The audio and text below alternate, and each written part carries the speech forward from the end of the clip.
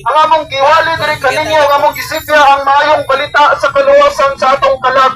Ano na kita'y kalag, higala, nga malaglag sa impyerno. Muna si Kristo Jesus ni kanaog siya sa langit, iyang gibiyahan yung trono sa langit aron magluwas ka na to. Jesus means Jehovah saves. Jesus means Jehovah saves. Siya ang muluwas, higala, o dili relihiyon, dili imong simbahan, dili imong pagkabuotan kuno, kay walay buotan, wala bisan usa. The Bible says, as it is written, there is none righteous, no not one. Walay buotan, wala bisan usa. Ikaw o ako makasasala at tubangan sa Ginoo. Ikaw o ako dili mayong tao. Ikaw o ako dili matarong at tubangan sa Dios. Ikaw o ako makasasala at tubangan sa Ginoo. Munang kinahanglan kitang pagkaluwas sigala. Munang tuyong tumong rason.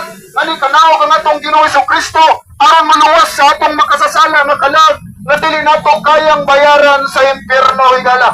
The Bible says in Romans chapter 3 verse 23, for all have sinned and come short of the glory of God.